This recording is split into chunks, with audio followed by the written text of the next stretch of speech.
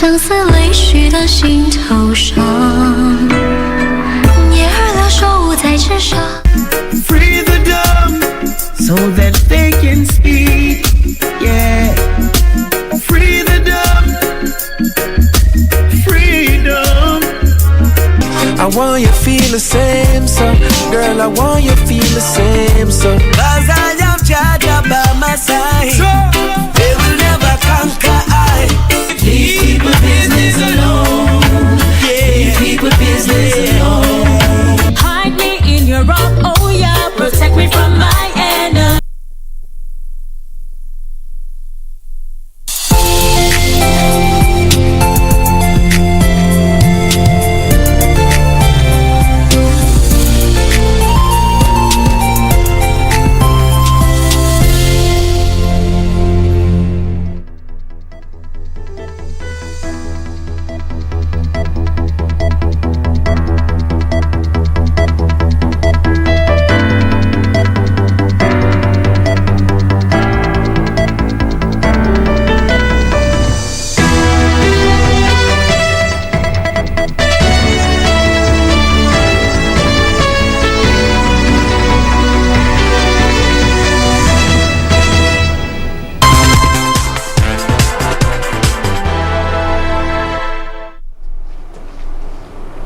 Good afternoon. This is Lunchtime News. My name is Jacky Wambiru. Our sign language interpreter is Anne Wangeshi.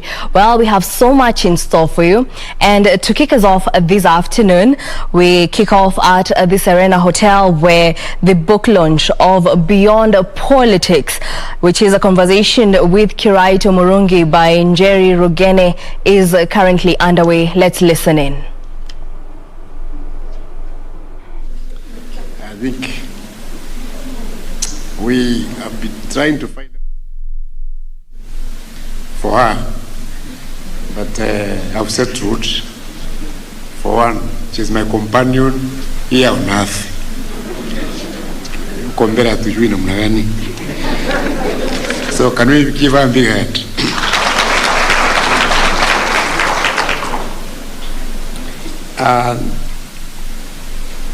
Let me say it's my very great honor and privilege to welcome you to the launch of this book, Beyond Politics. First, sorry, could I have some water, please? So I would like to thank my friend Felicity Kirotebiriri. I think she has done a lot to organize this event.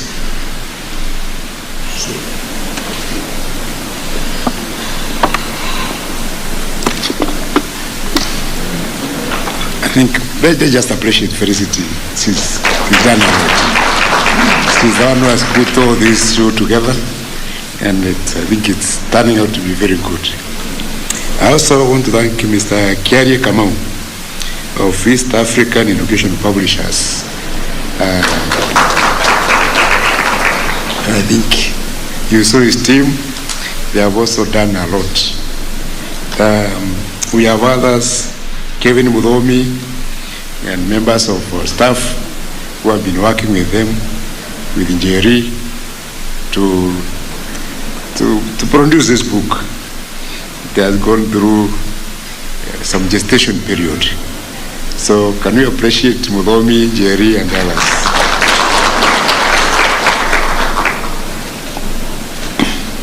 Now for Njeri, we met 30 years ago. We were young people, very energetic. She was a parliamentary reporter when we were young members of parliament. But I remember most because of the party that we founded called Safina. I remember one time Dr. Richard Ricky, we elected Richard Ricky to be the Secretary General of Safina. And President Moi said we could not allow colonialists and a person who didn't believe in God to lead this country. So we went to Nakuru to attend Jacky Wambiru's trial at the Nakuru High Court. And we were waiting outside the court with Richard. And then some goons descended on us with whips. And you remember they caned Ricky. He was on Newsweek, showing marks in his back. You know, how he had been caned. And then Moi made a comment. And he said, Ricky and a taste of African democracy. Jerry was there covering that event. They are the ones who came out with the story. So she was part of that struggle for democracy. So that's as far as we go back. We've been together. She's been one of my people in bounce ideas with, she also helped us to get out our ideas through the nation when she was working for the nation. So we come a long way. So I want to thank her for actually literally dragging me into this project, because at first I thought we were just answering a few questions, but then they kept on multiplying until finally they have become a book. So can we appreciate Jerry?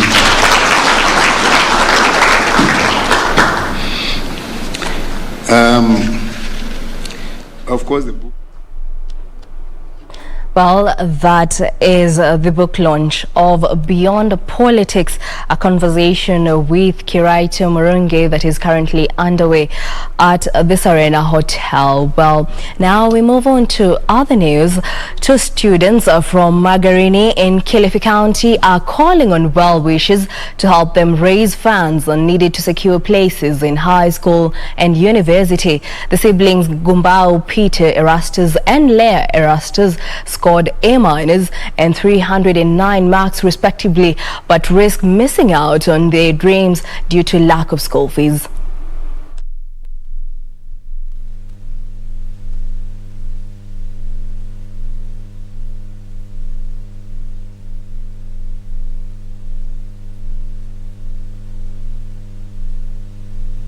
Watoto wangu hata nikiwaambia nawaambia waende, hakuna kitu nyumbani, lakini fanyeni bidii. Mungu amsaidie. Mungu yuko atasaidia. Ngumbao Peter Erastus scored A- but is yet to join university to pursue his studies due to lack of school fees. Hali ambayo nimeona familia yangu ikiishi ni hali ambayo pia mimi nasikitikia sana, na singependa familia yangu endelee kuishi katika hali hiyo. Leah Erastus, who cleared class 8 with 309 marks, is worried that she may miss the chance of joining high school. Mwezi wa 8 tarehe 2 itafika. Wenzangu waende shule, lakini mimi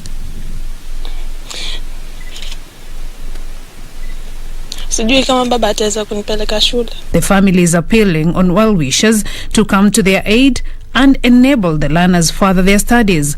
Ningependa kuendelea kusoma katika chuo kikuu.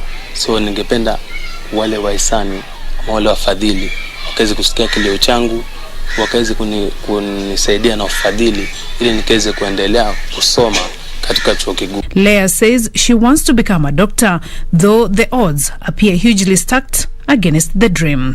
Mimi naomba tu kama mtu ana uwezo anaweza kunisaidia, anisaidie.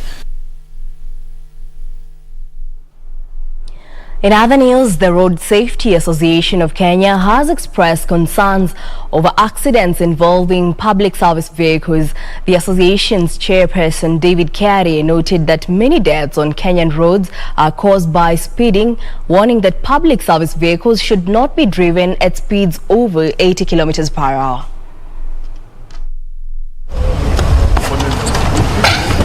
Speaking to journalists in Lari, Kiambu County, where an accident had killed 7 people, the chairman Road Safety Association of Kenya, David Kiarie, said 60% of drivers do not follow traffic rules.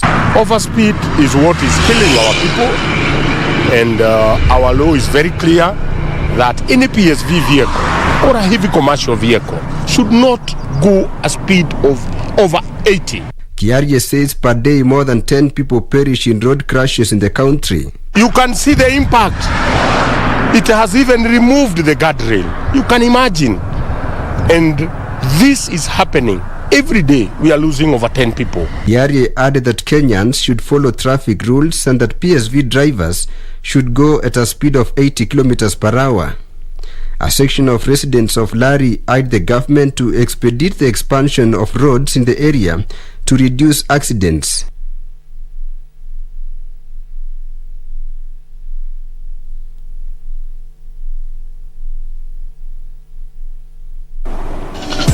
Now, moving on, with the advent of COVID-19, a lot of Kenyans, just as is the case with the rest of the world, have had their livelihoods affected.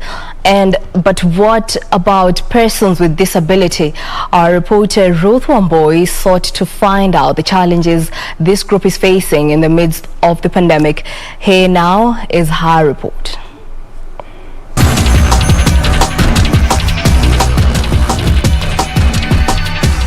The coronavirus pandemic has affected everyone around the globe. But have you ever sat down and asked yourself how tougher it has been to the disabled persons? Due to his hearing impairment condition, Richard Mutahi, a father of 3, says his wife and children had to learn sign language to communicate with him. He narrates how the advent of coronavirus affected his life. Those who are retained are those who are strong and at least could be able to walk. The old and the weak, those with some conditions, had to go away. He decries what he calls a lack of adequate government support to mitigate the impact of COVID-19 on those with various disabilities. Individually, you must have something for you to grow. Because of hunger, house rent, no, those they can't.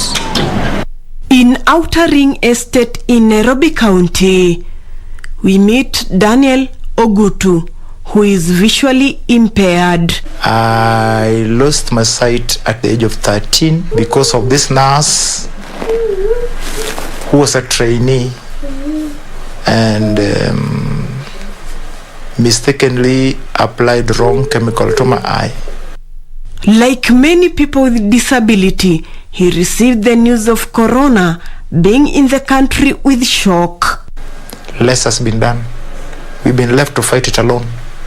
But other countries, they prioritized their disabled. He's not somebody who is sitting now because I'm in this condition and no church, no time comes with something and we make it as a family. Imagine getting a disability at another stage in your life and you have to cope.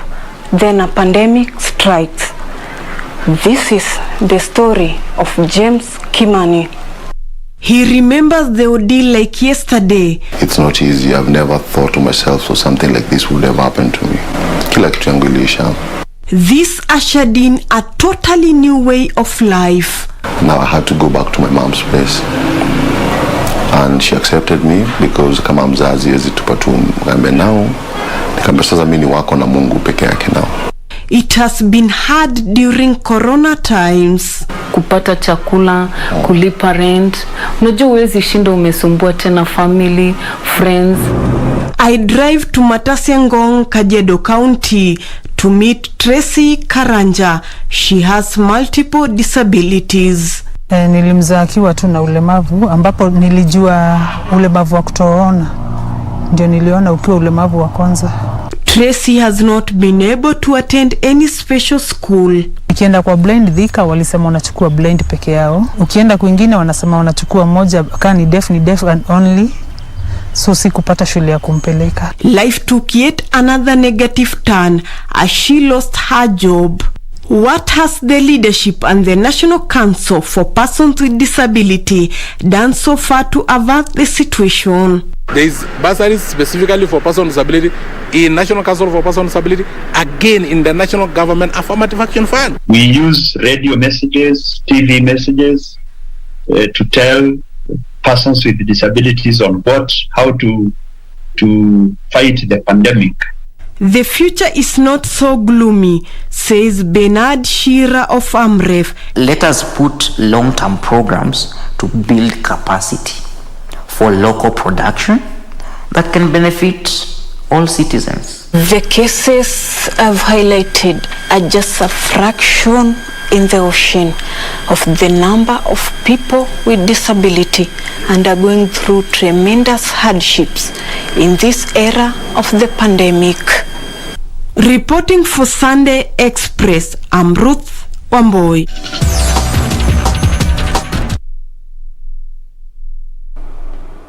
And away from matters related to the COVID-19, we cross over to the corridors of justice, where the hearing of the murder case involving Migori Governor Okoth Obado kicked off Monday morning. Governor Obado is accused, alongside Michael Oyamo and Kaspal Ubiro, for the murder of former Rongo University student Sharon Otieno and her unborn child. Now join our reporter Sarafina Robi for more details.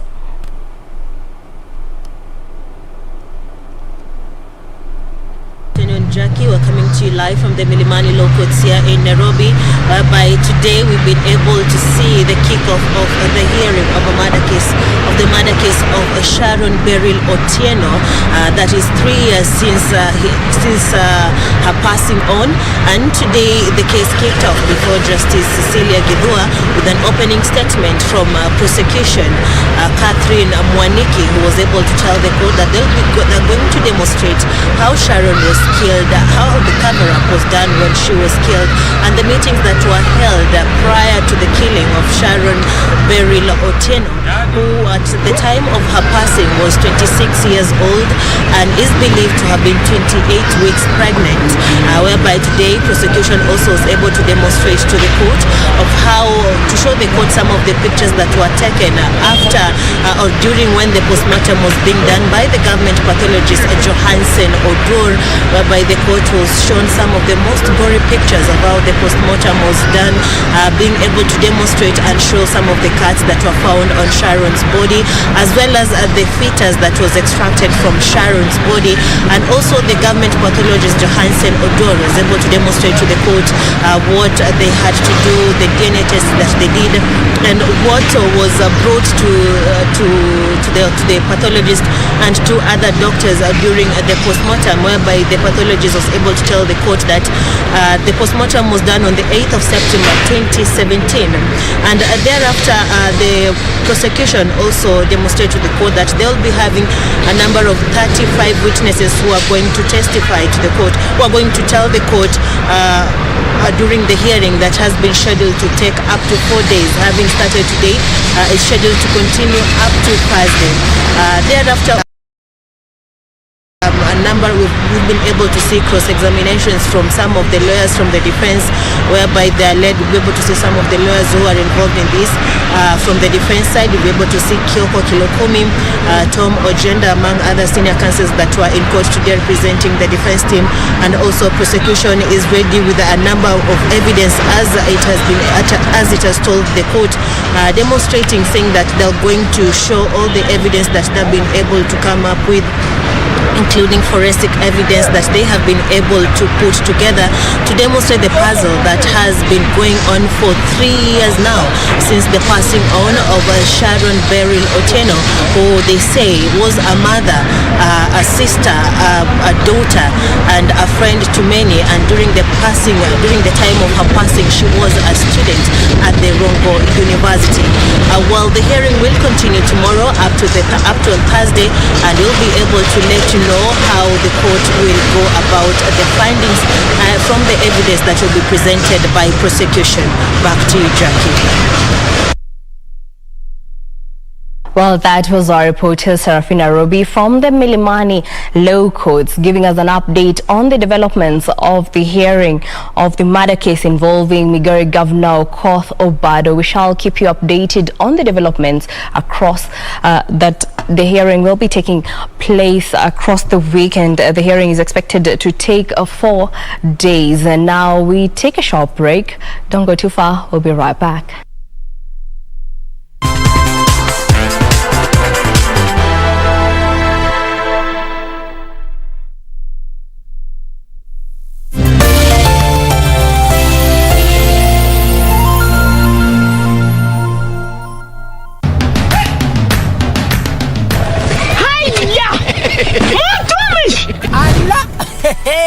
Nissan Serena ndio hii. Na unaweza kuwa wewe ndio tunapikia simu. Kodi ya Nissan Serena ni NS. Alafu kisha kwenye amount ni 50 bob. Hii Nissan Serena tunakupatia na shilingi 50. Kujiunga na QuickBid ni rahisi. Enda kwenye M-Pesa, bonyeza paybill kisha weka business number 4032353. Kwenye account weka kodi ya bidhaa unayotaka na bid yako ya chini zaidi. Kwa mfano TV 16. Kisha weka shilingi 20 tu kama idadi yako. Weka bid yako pia kwenye www.quickbid.co.ke. Kumbuka, bid ya chini zaidi ya kipekee ndio hununua. QuickBid, bidhaa bora kwa bei ya chini.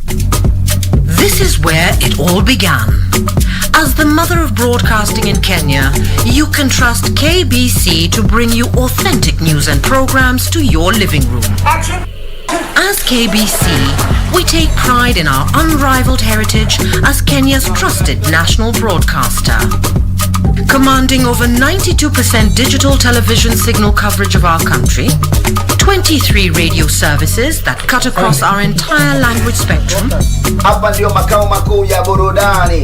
a national, regional and international digital presence backed by the most experienced and top-notch broadcast professionals in the industry. A very good evening to you. The new look Kenya Broadcasting Corporation is truly ahead of the pack. Turn to the mother of broadcasting in Kenya for stories that resonate with our identity, our aspirations as a people united in purpose. Real stories of hard work, of passion, of creativity, of big dreams. Stories that cement our nationhood. Stories that bring us together as one. We take pride in our shared heritage and destiny. KBC, informing, educating and entertaining Kenyans as one nation. KBC, Kenya's listening, Kenya's watching.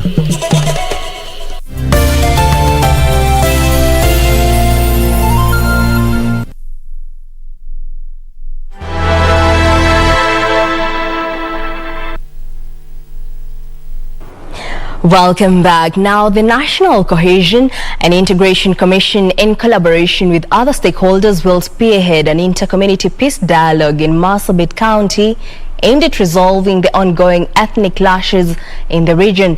While lauding efforts by police so far, NCIC Chairman Reverend Dr. Samuel Kobia says the Commission, together with other agencies, have commenced investigations to bring masterminds of the conflict to book. Newsrooms, the National Cohesion and Integration Commission Chair, Reverend Dr. Samuel Kobia, condemned the ongoing ethnic violence in Marsabit County between the Borana, Gabra and Rendile communities. The clashes have severely affected learning as schools have been shut down at a time when learners are sitting for their end-of-term examinations. The NCIC chair said, and I quote, "We have worked and continue to work in the area to facilitate and promote equality of opportunity, good relations, harmony and peaceful coexistence between persons of different ethnic communities and advise the government on all aspects thereof." The clashes have left over 100 people dead and displaced thousands of residents since the beginning of the year. Thousands of livestock have been looted and hundreds of houses torched. Caroline Kamau reporting for Channel 1 Lunchtime News.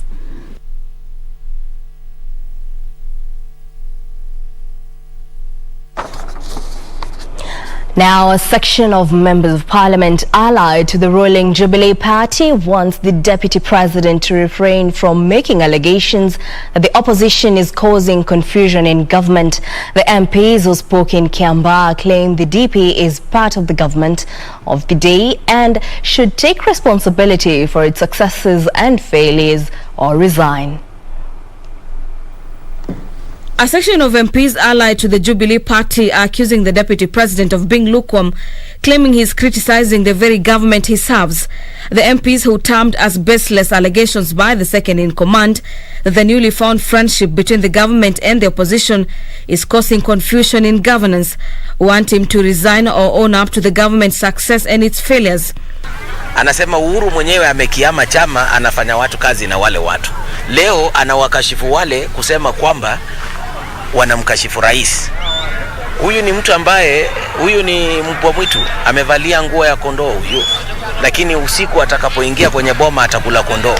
Kwa hivyo mimi nataka kumweleza rais, na sisi wote ambao tunamuunga rais na handshake, ni kwamba sisi hatutamsikiza tena.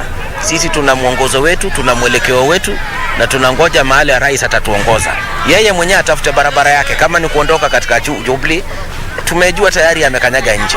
Kwa hivyo sisi tuna mikakati yetu na tunamchukua kama kati ya wengi ambao wanaopinga hatua ya rais kuunganisha Wakenya. The MPs who spoke in Kiambaa exuded confidence in winning the Kiambaa parliamentary mini poll. They also called upon the electoral body to conduct fair and credible elections, saying political leaders should not be allowed in the polling centers, alluding that they may incite and influence voters. Wamezoea michezo ya kisiasa na ni vibaya kutumia vijana ili ulete vurugu ama ili ulete vita katika kampeni, kwa sababu sasa kila wametafuta ni sympathy. Ningetaka hata hao tarehe 15 nikiwaomba kama nanyenyekea kwa hao vijana wetu, pia wanikumbuke, wakuje wanishikilie siku hiyo, wahakikishe ya kwamba wamenipatia kazi kura, wamenipatia hii kazi ya MP, na waomba na mimi sitakuja kuwasahau kamwe. Meanwhile, some MPs from the Western region have called on other leaders to support Musalia Mudavadi in his presidential bid. Lugari Member of Parliament Ayub Savula, who held consultative meetings with the Amani National Congress grassroots leaders in Western, claimed the party leader will be on the ballot come 2022 and that NASA revival claims are mirage. Kama ANC tukienda kwa coalition yote, Musalia lazima awe kiongozi wa hiyo coalition. Tunaomba Mheshimiwa Raila, tumekusupport mara 5, wewe saa hii tusupport. For Lunchtime News, I'm Gladys Mungai. While still on matters revolving around the corridors of justice, Supreme Council of Kenya Muslim leaders in Mandera have strongly opposed suggestions that women occupy the position of Chief Kathi.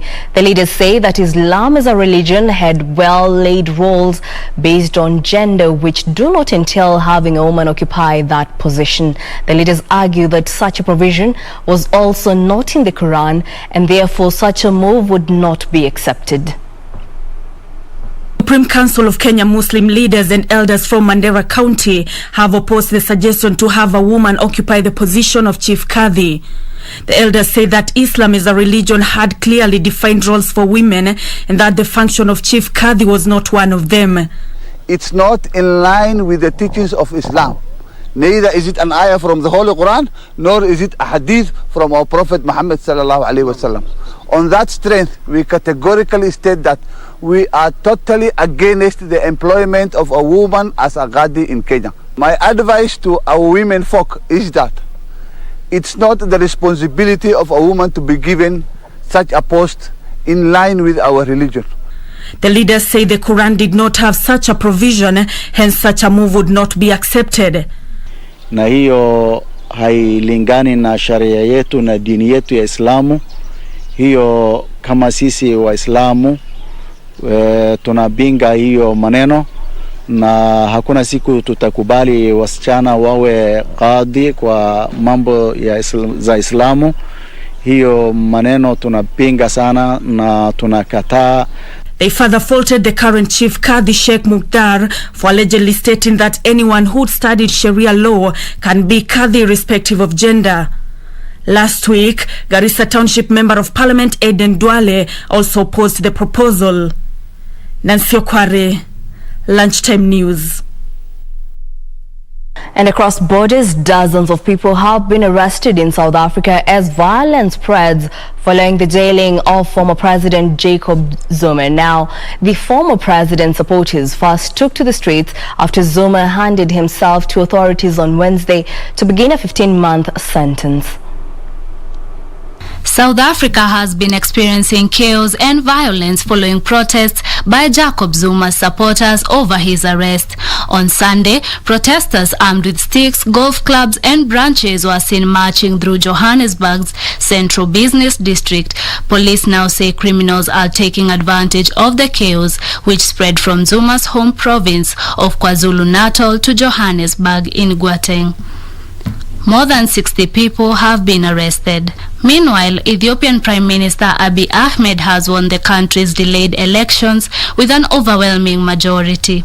The election board say Abiy's Prosperity Party won 410 out of 436 seats, giving him another 5-year term in office.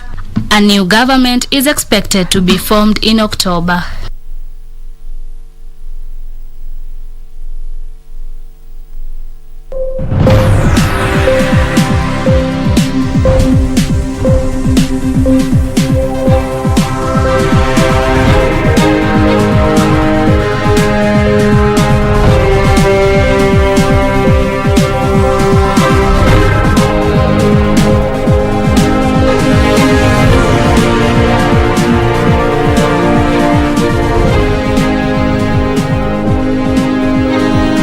Now, Kenya Electricity Generating Company has allayed fears of load shedding due to falling water levels at the Seven Forks dams. Now, the power generator says water levels at the dams, which produces 40 megawatts, have plunged to 1,054 meters above sea level against a minimum operation of 1,035 meters above sea level. There has been rising concerns that the country was likely to embark off power rationing regime due to falling water levels in major dams in the country. However, KenGen, which is the biggest power generator in the country, producing more than 70% of the country's installed power capacity, has said the shortfall will be supplemented by geothermal power. Kenya has deepened investments in geothermal power in a bid to cut reliance on thermal and hydropower.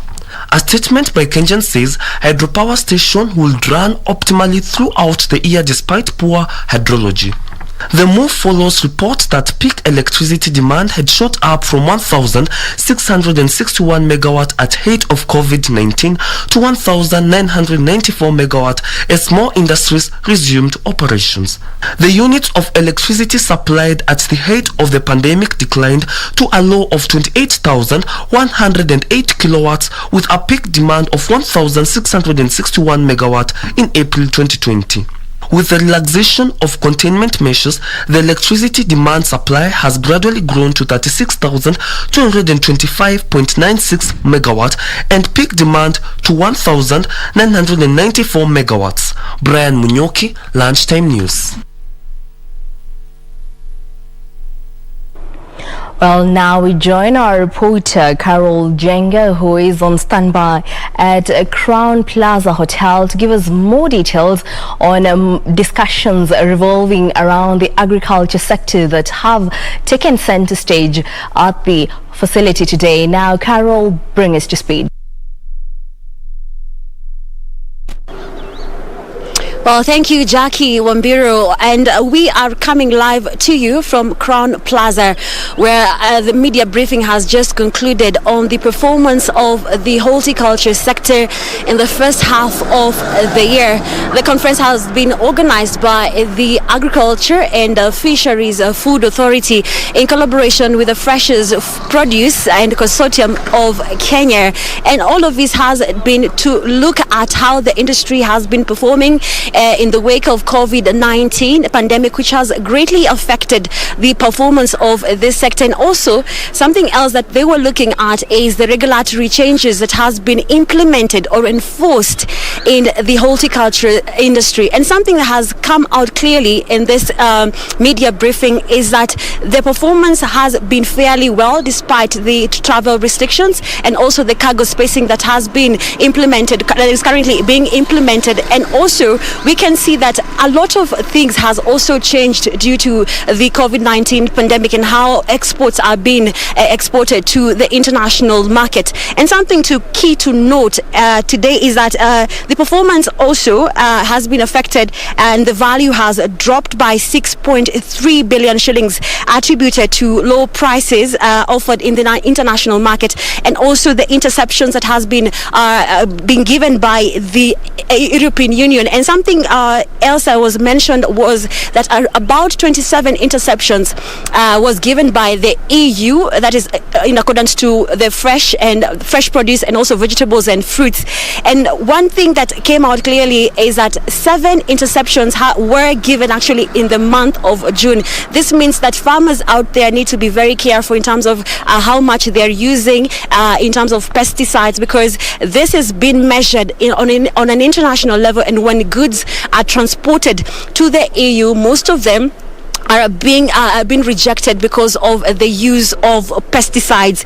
And something else that came out was that a lot has been done in collaboration with the counties to ensure that farmers are educated, farmers are being trained on the levels of pesticides that they should use, so that and also in terms of maybe ensuring that they do not harvest immature crops. That is something else that the international market is calling on the Kenyan government to look at, is to ensure that farmers do not harvest immature crops, because they are seeing vegetables and also fruits such as avocado and also berries are being harvested, and when they reach out there in the international market, they are being rejected because they are immature. So they are calling on farmers out there in collaboration with AFR inspectors to ensure that the fruits that are being harvested are of quality, and to ensure that whatever is being exported is something that it will fetch a good price. So the performance of the horticulture sector fairly performed well,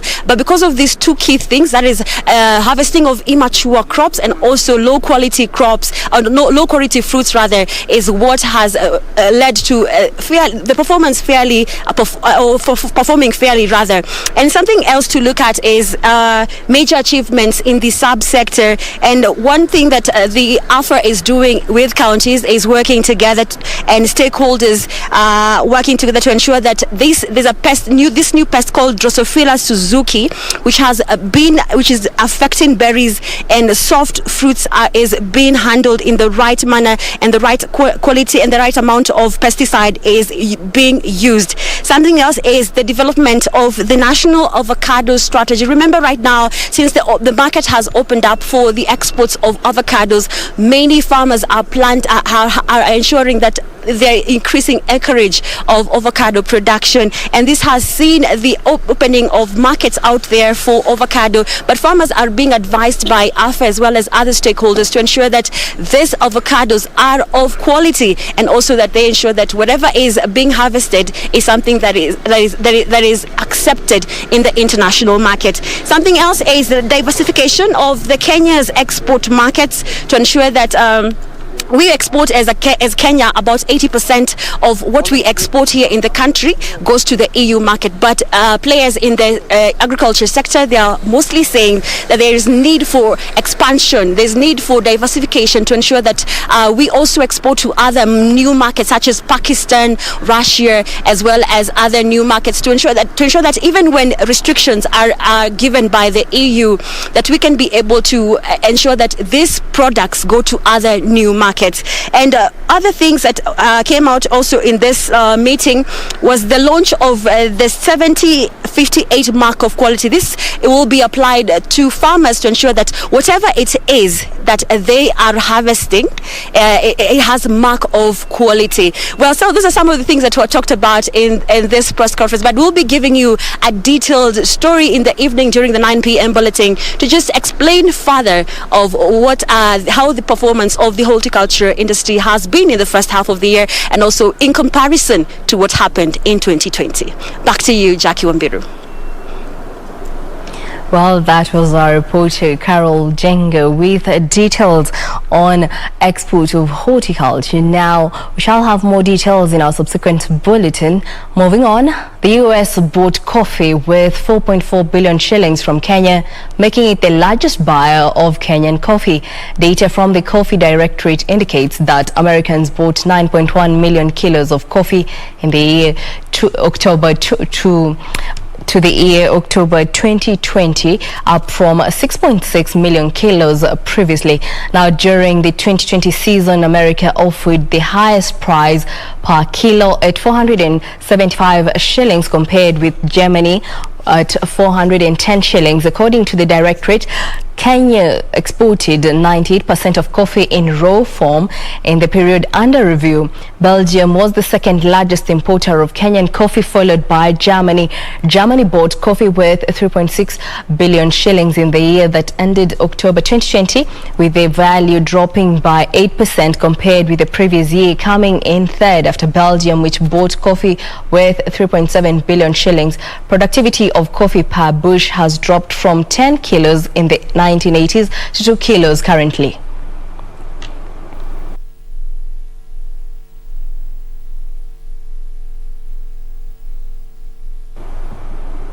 In other news, the government plans to put up 100 million shillings January in Lamu County as part of cotton farming revival plan. Lamu County Governor Fahim Twaha says the plant to be set up in a Sinambio area is expected to have a capacity to process 20,000 metric tons of cotton fiber annually. Lamu, in one of the largest cotton growing counties in Kenya, with an estimated 3,000 metric tons of cotton produced annually. Cotton farming in Kenya has been on a downward spiral since the late 1990s, when the country produced more than 38,000 metric tons. However, due to proliferation of second-hand clothes, cotton production has plunged to an all-time low of 3,495 last year. Cotton farming is a Vision 2030 project that seeks to increase production to more than 50,000 metric tons by the year 2030. The government has already approved GMO seeds to help in cultivation of the crop. Kenya Agricultural and Livestock Research Organization says plans are under to train more farmers in the country to increase production. KALRO has been training farmers on modern cotton farming techniques to increase yields. Farmers in the county are urging government to establish soil analytical laboratories in the county to help in accessing high-yielding cotton seeds tolerant to pests and diseases. Tumeona mbegu zetu za kiasili ambazo tumekuwa nazo hapa kama hati 89M na KSA 81M ni mbegu nzuri sana na zinastahimili magonjwa na zinastahimili wadudu, lakini hatuwezi kupata zile mbegu kwa sababu ingawaje KALRO wanazo, hawana pesa za kuweza kudevelop zile mbegu zikafika kiwango ambacho kinatakikana. Joseph Migwi, a farmer in the county, says it's high time the government established a ginnery in Lamu, as this will boost the farmers' morale in cotton production. Tumekuwa tukiomba kiwanda cha pamba kwa miaka nyingi. Watusaidie tupate kiwanda cha pamba Lamu. Leo hii unasikia sisi Lamu ndio number 1 producer wa pamba, lakini Lamu hakuna kiwanda hata kimoja cha pamba. Hiyo pamba tunalima halafu tunapeana, inaenda kwa kaunti zingine kuwa processed huko. Apart from Sinambio, other cotton growing areas in Lamu are Uziwa, Tewe, Mpeketoni, Witu, Hindi, Baharini and Wetemere in Lamu West. The county government has procured 4.5 metric tons of the seeds this year to be distributed to more than 10,000 cotton farmers in the county. From Lamu County, I am Anburu. Foxconn and Taiwan Semiconductor Manufacturing Company are buying 10 million doses of the COVID-19 vaccine for Taiwan. Fosun Pharma's Chief Executive Wu Yifan says they would work closely with partners to provide safe and effective vaccines to Taiwan at an early date. TSMC brokered the agreement for the BioNTech vaccine worth $350 million. Taiwan has been trying for months to buy the vaccine from Germany's BioNTech and blames China for blocking a deal. However, China denies the accusations. The agreements will see the companies buy 5 million doses of the vaccine each and donate them to the government for distribution. The deal was announced in a statement by BioNTech's Chinese sales agent Shanghai Fosun Pharmaceutical Group. Meanwhile, billionaire Sir Richard Branson successfully reached the edge of space within an hour on his Virgin Galactic rocket plane after 17 years of developing it. The trip makes him the first of the new space tourism pioneers to try out their own vehicles, beating Amazon's Jeff Bezos and SpaceX's Elon Musk. The suborbital vehicle is designed to give its passengers stunning views at the top of its climb and allows them a few minutes to experience weightlessness. Finally, Vietnam's first domestic car manufacturer, VinFast, has started operations in North America and Europe, joining on its quest to provide smart electric cars. Being one of the largest conglomerate in country, Vingroup JSC became the country's first fully fledged domestic car manufacturer when its gasoline-powered models built under its own badge hit the streets in 2019. According to the company, it considered the United States, Canada, France, Germany, and the Netherlands its key markets in its international business expansion plan. VinFast sold about 30,000 vehicles last year and has forecast sales of more than 45,000 for 2021.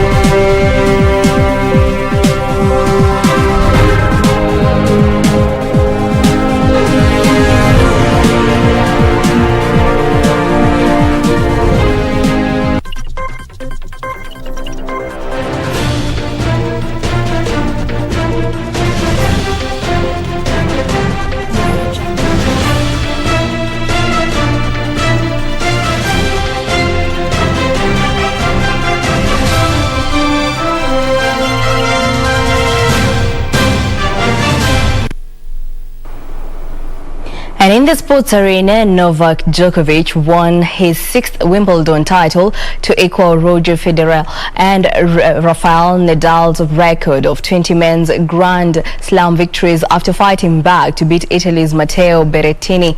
Now the top-ranked Djokovic added his 6 Wimbledon titles to his 9 titles at the Australian Open, 3 at the US Open and 2 at the French Open.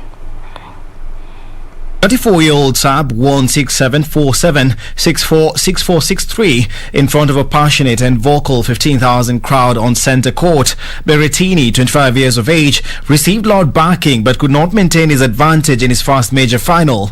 Top seed Djokovic has now won all 3 Grand Slam men's titles in 2021, having already claimed the